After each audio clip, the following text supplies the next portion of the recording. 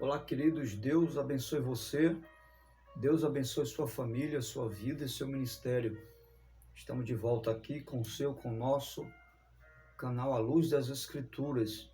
Este amigo que vos fala, pastor Sérgio Santos. Nós vamos trazer para você, à luz das Escrituras, mais uma breve reflexão. Deus abençoe você onde você estiver, trabalhando, em casa, na rua, resolvendo problemas. Chegou até você nesse momento a palavra de Deus.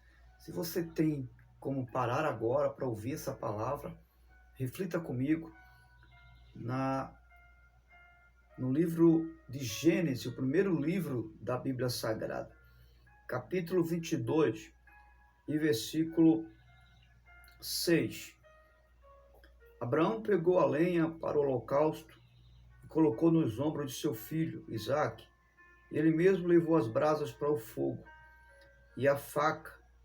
E caminhando os dois juntos, Isaque disse a seu pai: Meu pai. Sim, meu filho, respondeu Abraão. Estão aqui as brasas e a lenha estão aqui. Mas onde está o cordeiro para o holocausto? Respondeu Abraão: Deus mesmo há de prover o cordeiro para o holocausto, meu filho. E assim continuaram caminhando juntos. A narrativa do texto você já conhece, e sabendo disso eu ganho tempo para poder em breve trazer uma palavra para você. E este foi um pedido de Deus a Abraão, a seu único filho chamado Isaque, o filho já da sua velhice.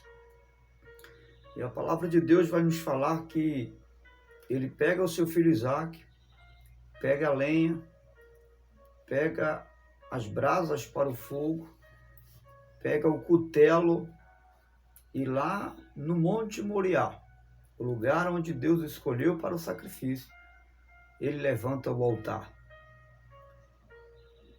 E é dentro dessa conotação de culto, de vida, porque o que Abraão faz aqui agora é um culto a Deus.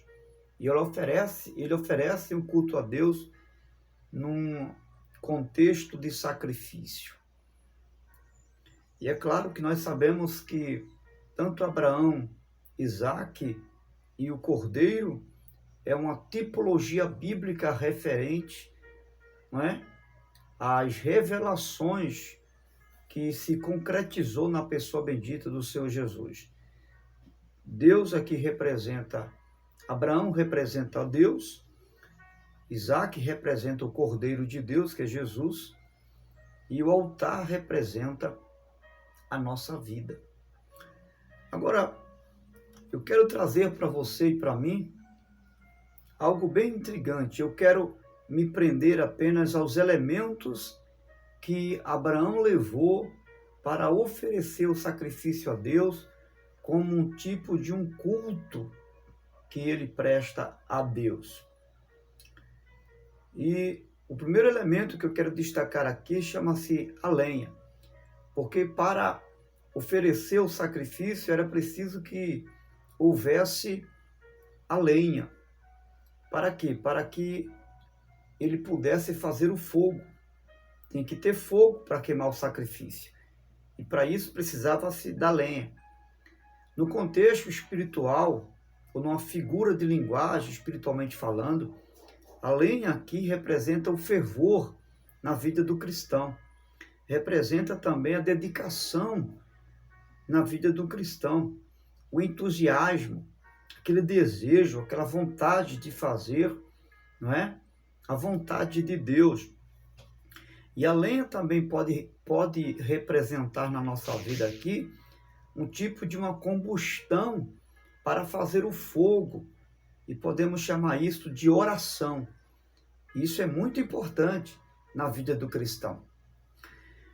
Um outro elemento que Abraão precisou levar para efetuar o sacrifício que Deus pediu chama-se o cutelo, que na nossa linguagem chamamos de faca. aquele elemento cortante para que o cordeiro fosse imolado e o seu sangue viesse então ser aspergido no altar, como fazia então os sacerdotes, né, na lei mosaica. Então, esse elemento, o cutelo, era indispensável. E o cutelo aqui representa o conhecimento que o cristão tem na palavra de Deus para executar a vontade do Senhor.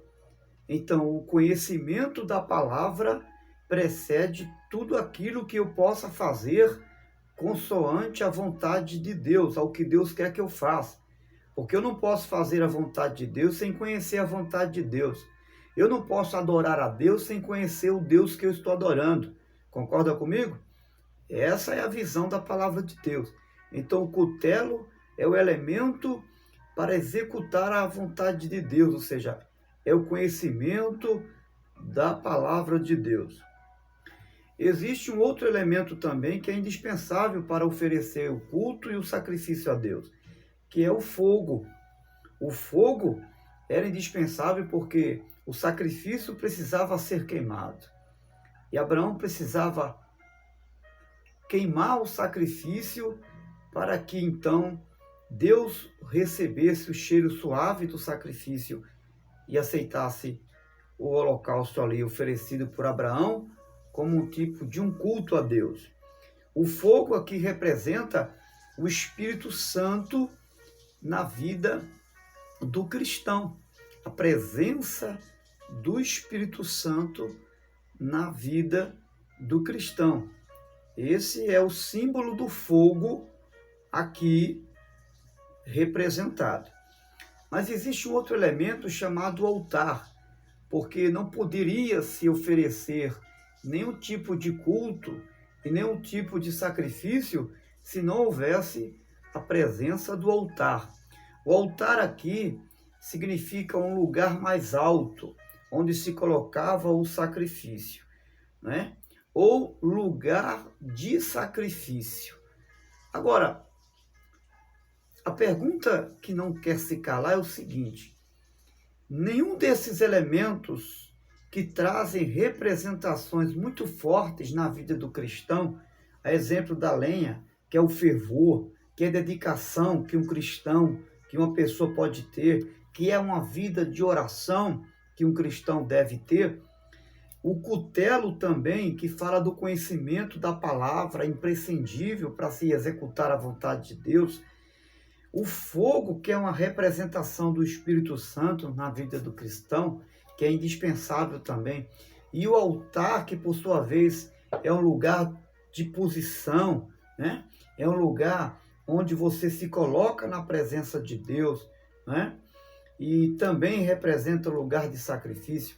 Nenhum desses elementos teria nenhum sentido existencial na vida de Abraão ali, ou de Isaac, diante da presença de Deus, se não tivesse ali o Cordeiro de Deus. E é exatamente a pergunta que Isaac faz. Isaac diz: meu pai, aqui está a lenha, aqui estão as brasas do fogo e o cutelo e o altar. Mas onde está o cordeiro? E Abraão, uma resposta muito inteligente, ele diz: o cordeiro Deus proverá para si, meu filho. E de fato, Deus proveu o cordeiro para si naquele momento. Mas o que é que nós aprendemos com isso? O que é essa aplicação do cordeiro em fase desse cenário onde já tem todos esses aparatos, mas sem o Cordeiro de Deus, nada disso terá sentido. O que nós aprendemos aqui é que o Cordeiro de Deus é exatamente tudo aquilo que se precisa para encerrar, para que Deus pudesse aceitar o sacrifício, com todos esses aparatos que se traz para a presença de Deus. Sem esses aparatos, com esses aparatos, sem o Cordeiro de Deus, que representa a pacificação entre Deus e o pecador, aliança de paz entre Deus e o pecador, não adiantaria viver uma vida de dedicação sem o Cordeiro de Deus, sem a vida do Cordeiro de Deus. Não adianta você ser uma pessoa dedicada, não adianta você ser uma pessoa fervorosa e até, quem sabe, de oração. Se não tiver a presença do Cordeiro na sua vida, mesmo você sendo um homem e uma mulher de oração, você estará fadado a ser nada mais, nada menos do que um fariseu.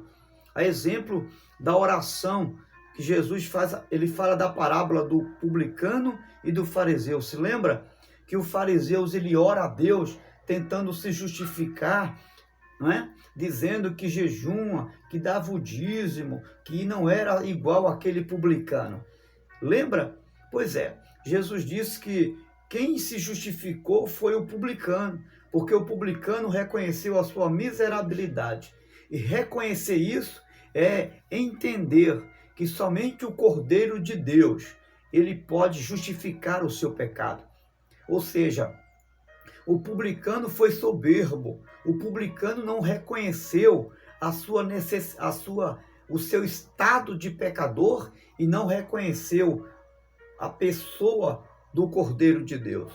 Ou seja, o que é imprescindível na vida de alguém que ora é o Cordeiro de Deus.